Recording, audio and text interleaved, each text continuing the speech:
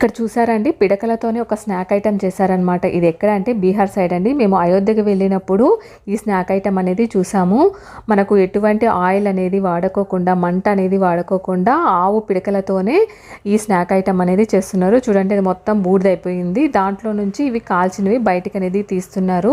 లోపల స్టఫింగ్ వచ్చేసి శనగపిండి, అలాగే కొత్తిమీర, ఆనియన్, పచ్చిమిరపకాయలు అవన్నీ కలిపేసి లోపల స్టఫింగ్ పెట్టేసి బయట బియ్యపిండితో కవర్ అనేది చేస్తారు. దీనికి కాంబినేషన్గా ఆలు బటానీ కర్రీ అనేది ఇస్తారండి. ఒక్క స్నాక్ వచ్చేసి అంటే ఒక ఉండ వచ్చేసి మనకు 20 రూపీస్ అనేది పడిందనమాట. చూడండి, ఓపెన్ చేయగానే మనకు శనగపిండి స్టఫింగ్ అంతా బయటకు అనేది వచ్చేసింది.